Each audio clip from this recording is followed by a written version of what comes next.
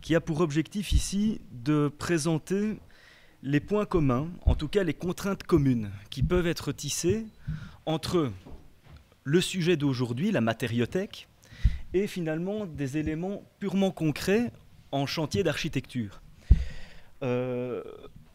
Pour bien faire le lien entre ce concept de la matériothèque et la réalité de terrain, je vous propose un avant-propos qui mettra en exergue les contraintes conjointes qu'il existe entre le terrain et la matériothèque.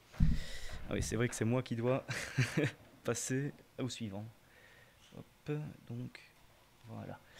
Alors, tout ça pour dire que depuis l'Antiquité, le suffixe « tech » traduit la volonté de l'homme de collecter sous un même lieu des ouvrages de référence archivés, classés et hiérarchisés, afin de garantir leur conservation, leur connaissance et leur transmission au plus grand nombre.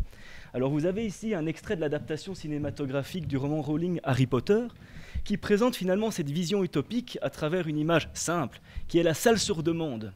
Une salle finalement complètement virtuelle, où le fait de penser à l'objet vous le transmet. Cette vision utopique se heurte nécessairement à un minimum de 3 contraintes. Le stockage, la transmission et l'intégrité. Si on définit chacun de ces points, le stockage, illustré ici par les fragments de la façade de l'hôtel Aubec, est forcément une contrainte connue par les matériothèques, principalement applicable au patrimoine architectural et donc aux matériaux de grande ampleur, qui ont une contrainte dimensionnelle, une contrainte pondérale, une contrainte technique, une contrainte spatiale. Et donc là, on voit finalement le résultat de l'errance de la façade de l'hôtel Aubec, construite entre 1899 et 1902 par Victor Horta, et démantelée en 1948 pour ensuite suivre cette errance dans des hangars afin de pouvoir conserver finalement l'indimensionné, l'inertie même du matériau. On a aussi le point plus pédagogique de la transmission, qui cherche toujours la cohabitation entre d'une part la conservation de l'objet et d'autre part la transmission pédagogique de cet objet. Alors pour illustrer cette notion, j'ai choisi l'Artothèque de Mons, inaugurée en 2015, qui finalement propose une conservation des objets précieux uniquement dédiés au personnel scientifique contre une consultation virtuelle des vitrines ouvertes au grand public. De nouveau, on a les mêmes contraintes de diffusion, de traitement de l'information, de comment finalement à la fois conserver et à la fois transmettre, comment permettre, on le soulevait tout à l'heure, le toucher ou la manipulation de l'objet à conserver. La dernière notion théorique est finalement celle d'intégrité, qu'on pourrait comparer avec simplement la notion d'authenticité. Pour rappel, la charte de Nara définit l'authenticité selon la forme, la matière, la fonction et l'environnement. Mais qu'en est-il pour un objet déporté ? Sa matière est toujours bien là, il s'agit bien d'une matériothèque. Son environnement est, pour ainsi dire, totalement modifié. Sa fonction, par le fait d'être fragmentée, ne peut forcément être maintenue. Et finalement, sa forme peut relativement aussi être modifiée en fonction de la partie, on en parlait tout à l'heure, avec on conserve un vitrage, puis le châssis, et puis finalement le mur, et puis finalement la façade. Finalement, on ne le fait jamais, donc on a une fragmentation de l'objet conservé qui nuit forcément à sa forme générale. L'exemple que j'ai choisi, et pour moi l'exemple le plus énigmatique, ce sont les cariatides de l'Érectéon à Athènes. Vous avez en haut à gauche le monument originel, l'Érectéon, sur l'Acropole. L'ensemble des cariatides qui y sont présentées sont en fait des copies, étant donné que les réels cariatides ont été déportés au musée contemporain réalisé par Bernard Tchoumi au début des années 2000, et donc finalement se pose la question de l'authenticité. Surtout lorsqu'on analyse de plus près le fait que parmi les cariatides exposées à Athènes, dans le musée de Tchoumi, il en manque une. Cette cariatide manquante et originelle est quant à elle au British Museum, et donc finalement seule et isolée de ses congénères. Laquelle d'entre elles a le plus d'authenticité ? S'agit-il de l'exemple originel isolé à Londres ? S'agit-il de ses congénères sur un fond de béton ? S'agit-il finalement des copies qui reçoivent la lumière athénienne et qui sont sur l'Acropole ? Tout ça, finalement, pour vous amener à ce que j'ai appelé la dématérialisation de la source monumentale, qui est issue en fait d'une expérience pratique pour la reconstruction des arcades de l'ancienne pharmacie de l'abbaye de Brabant à Villers-la-Ville. Si vous vous rendiez à Villers avant 2013, vous auriez vu ceci, la pharmacie. Quand j'y suis arrivé, voilà ce qu'on voyait. Entre les deux, un accident le 22 octobre 2013. L'Institut du patrimoine wallon m'a alors désigné pour la reconstruction, dite par anastylose, au départ des 361 fragments récupérés à l'issue de l'accident. Le problème, vous les avez vus sur le slide précédent, il n'y a rien qui ressemble plus à un caillou qu'un caillou. Et surtout quand on sait qu'il y a deux façades quasiment identiques qui se sont littéralement mélangées. Les archéologues, à l'issue de l'accident, ont fait leur possible en les numérotant, mais la plupart des numéros étaient à la craie ou dans une peinture qui n'a pas facilement tenu. Et de toute façon, le camion avait avait provoqué l'effondrement total de la façade est, d'ores et déjà par terre dès l'arrivée des archéologues. Et donc finalement, les seuls numéros ne concernaient que la façade ouest. Donc, par rapport à tout ce puzzle à reconstituer, la présence d'un bout de craie jaune nous permettait uniquement de dire on est bien sur un élément de la façade ouest. Alors, il a été question d'établir une méthodologie spécifique.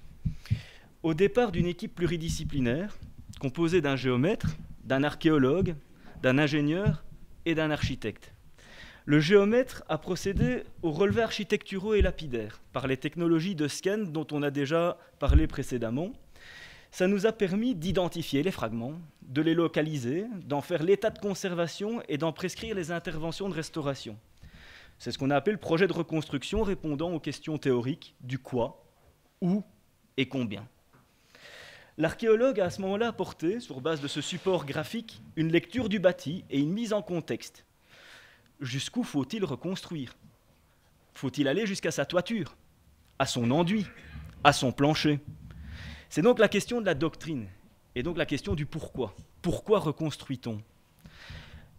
Au départ de ce double support, on obtenait alors une clé de lecture transmise à l'ingénieur en stabilité, qui lui posait les questions de « et s'il y a un deuxième camion ?» Armature, poutre, colonne, enduit, plancher, puisque finalement ces éléments d'architecture sont avant tout des éléments liés à la pérennisation. Un enduit n'est pas esthétique, un enduit est une protection. Et donc on arrivait là à une stratégie de pérennisation qui répond finalement à la question du comment. Tout ça en passant discrètement par l'architecte coordinateur. Ce n'était pas un exercice facile, principalement pour des questions de dialogue. L'archéologue n'a pas forcément l'habitude de s'entretenir avec un géomètre, ni même avec un ingénieur stabilité. Le tout était donc un beau challenge de réunir autour d'une même table des personnes à ce point pluridisciplinaires. Finalement, la problématique rejoint celle de la matériothèque, en ce sens que ces 361 fragments devaient être manipulés, identifiés, classés, traités, diffusés. Vous voyez ici l'exemple, on a commencé l'expertise en décembre 2016. On avait de la neige, on avait de la glace, on avait du vent, on avait la nuit qui tombe assez tôt dans la journée. Le soleil qui se lève assez tard le matin, toutes ces contraintes purement techniques dont on devait absolument s'affranchir pour pouvoir répondre, dans les délais impartis, à la mission qui nous était confiée. On a donc pour la première fois dans ma courte carrière commencé le chantier dès les relevés. On a dû amener sur place directement un baraquement permettant d'utiliser une technique. Donc l'objet que vous avez qui ressemble à un percolateur sur la gauche est en fait l'Artec, qui est un scan à main, manuel, et qui permettait, pièce par pièce, de les transporter dans notre baraque de chantier, et en tournant autour de l'objet, de scanner en simultané la pierre. Donc nous avons finalement obtenu ceci, qui n'est pas une photo, mais qui est bien un nuage de points colorés par ce scan manuel, et qui nous a permis à ce moment-là de recevoir 361 modèles que mon ordinateur a personnellement eu énormément de mal à emmagasiner, et que mon cerveau aussi a eu du mal à emmagasiner, parce que finalement, la 3D est une qualité pédagogique certaine, mais la 3D ne répond quand même pas à la manière de fonctionner du cerveau humain qui est très cartésien et qui, depuis les théories de Monge, aime quand même de voir les choses en 2D, plan, coupe, élévation. Ici, l'objectif étant de pouvoir recoller les 361 fragments. Donc il s'agissait de pouvoir les classer, les claveaux, les harpes, les clés, mais aussi de pouvoir ensuite vérifier que la fosse présente dans une face de droite répondait à son négatif sur une face de gauche. Et donc, pour dire de classifier un peu tout ça, j'ai procédé à finalement une mise en développé, un origami, au départ de notre modèle 3D, en sélectionnant le dessus, le dessous, la gauche, ce qui a la droite, et ainsi de suite, de manière à réaliser des petites fiches qu'on a appelées calepins lapidaires, où nous avons la vision 3D, le développé en origami, la façade concernée, est ou ouest, la position, donc là il s'agit de A, l'arc, numéro 2, c'est le 6e claveau, et ensuite on a poussé un peu le principe à déjà prescrire les interventions. Ici il s'agit d'une pierre originelle, entière, dont l'état est moyen, et on prévoira une greffe droite. Finalement, l'ensemble de ces documents seront prochainement transmis dans le cadre de l'adjudication et de la mise en chantier en annexe au cahier des charges et serviront finalement de prescription au pierre à pierre pour les entreprises chargées de la reconstruction. Vous avez sur le verso de ces fiches la position actuelle de la pierre sur les palettes qui sont actuellement réparties au sein de l'abbaye de Villers, et sur la palette, on a le zoom avec ici voilà, le numéro en rouge de la pierre concernée. Bon, ce travail était très long. On l'a quand même réalisé sur un délai de 3 mois, donc ça a été intensif. J'avais expressément enlevé du PowerPoint pour respecter les délais de parole, les temps de parole, tout l'historique. Mais je me dois quand même, pour votre compréhension générale, de rappeler un peu l'histoire de cette ancienne pharmacie qui est plus que rocambolesque. Érigée en 1784, nous ne disposons en fait que de documents iconographiques légèrement mensongers. Pour une raison, c'est que l'abbaye de Villers-la-Ville avait procédé dès le XVIIIe siècle à des concours à idées, des concours à projets. Ce qui fait que l'ensemble des iconographies ne représentent pas la pharmacie telle que réalisée, mais sont des plans antécédents à sa construction qui sont des projets. Donc on a plusieurs pharmacies avec plusieurs silhouettes. Ça ne nous permet pas, puisque finalement vous aurez compris qu'au-delà de l'identification des fragments, nous devions tout d'abord retracer et illustrer le support, quel était le puzzle à reconstruire. Nous avions besoin de l'image terminée que pour pouvoir replacer les fragments à leur place. Et donc, l'iconographie nous a été, pour ce cas-ci, extrêmement défavorable, puisque nous avions des fausses images de l'état originel. Par la suite, avec l'apparition de la photographie, on dispose quand même, dès les débuts 1900, de photos noir et blanc, des façades est et ouest, qui nous ont, elles, par contre, fortement aidés. Il faut savoir qu'en 1974, oui, un premier camion avait heurté la pharmacie et avait provoqué l'effondrement de sa façade ouest pour une conservation totale de sa façade est. Reconstruite en 1976, notre deuxième accident a quant à lui détruit la façade est et maintenu la façade ouest. Il s'agit donc de la reconstruction d'une reconstruction, et c'est pour ça que sur la fiche, vous avez la distinction entre pierre originelle ou restaurée. Vous aurez compris aussi tout le point doctrinal de « faut-il reconstruire au départ d'une pierre qui ne date jamais que de 1976 ?» Donc la classification est d'autant plus difficile. Et l'archivage aussi, puisqu'on a pu remarquer que la reconstruction de 1976 de la façade ouest s'était affranchie de certains éléments de détail présents sur les photos noir et blanc des années 1900. Donc finalement, au-delà de l'identification des fragments, l'identification de l'objet à reconstruire était lui-même assez compliquée. Alors, on a distingué, donc la méthodologie était vraiment basée sur une corrélation documentaire entre la source documentaire, récollement des archives, et la source monumentale, puisque finalement, vous l'aurez compris, c'est la source monumentale qui était la plus à même de nous apporter un maximum d'informations réelles. On a donc, dans le processus d'identification et de reconstruction, procédé à un relevé par scanner 3D, par scanning. Vous avez une image en bas à droite du nuage de points, afin de représenter l'état actuel, donc de la façade partiellement effondrée, est et ouest. Ensuite, on a procédé à une restitution théorique, justement grâce à ce que vient de montrer Jean-Noël, oui, excusez-moi. Jean-Noël, donc vous l'avez en bas à droite également, c'était un reportage photogrammétrique qui a été réalisé le lendemain de l'accident et qui nous permettait d'avoir même au bric à bric l'ensemble de l'élévation à reconstruire pour la façade ouest. La façade est n'était déjà plus là quand Jean-Noël est arrivé.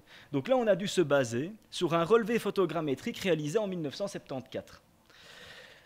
Une fois la restitution faite, on a pu procéder à ce que j'ai appelé la reconstruction optimale, c'est-à-dire la remise en place de chacun des fragments. Elle est optimale dans le sens où les pierres, bien que conservées, ne sont pas forcément conservées dans un état suffisamment pérenne que pour être construites. Certaines pierres sont littéralement délitées, fracturées, ou certaines pierres ont beaucoup trop de valeur patrimoniale. C'est le cas par exemple du blason, qui présente une qualité de taille et d'ornementation caractéristique et qui présente déjà des risques d'altération. Donc on décide, a priori, de le refaire à l'identique, de le déposer dans un musée lapidaire organisé expressément pour lui et de finalement reconstruire un peu à l'image des cariatides sur base d'éléments conservés et éléments copiés. On arrive finalement à la reconstruction réelle, à contrario de la reconstruction optimale, avec une cartographie, code couleur, signalant les pierres neuves, les pierres à reposer, les pierres à déposer, reposer, les pierres à consolider, les pierres à greffer, les pierres à coller, les maçonneries de briques, et ainsi de suite. Pour finalement arriver à une reconstruction totale, qui, forcément à ce stade, est une idée projet, mais qui soulève toute la question de justement jusqu'où doit aller la reconstruction. Doit-on assumer le fait qu'il s'agisse d'une reconstruction 21e siècle, d'une reconstruction 20e? Ou doit-on justement profiter de l'opportunité pour offrir à l'abbaye de Villers un outil pédagogique, disant voici ce qu'était une architecture néoclassique du XVIIIe siècle et qui ne peut être comprise que par son enduit, que par ses reliefs, que par son ombre. Doit-on au contraire ne pas reconstruire? Enfin, vous aurez compris un peu le débat. Quoi qu'il en soit, et c'est un peu la conclusion de cette étude, c'est qu'au-delà de la reconstruction concrète et réelle, la méthodologie mise en place a créé une matériothèque virtuelle, a créé un corpus fondamental qui nous permettra à vie, enfin à jamais, ou du moins on l'espère, d'archiver les 2166 faces des 361 fragments, parmi lesquels nous avons désespérément d'ailleurs cherché des marques de pose ou des tacherons. Nous n'en avons trouvé aucun. On a donc pu découvrir grâce à cet exercice que les claveaux, par exemple, sont sensiblement différents. On en a en fait de 5 familles et qu'il y avait donc une manière de construire systématique, probablement qu'on livrait un claveau de type 1, 10 claveaux de type A, de type B, de type C, et que le tailleur savait, enfin le poseur savait exactement où mettre les A au rein, où mettre les B.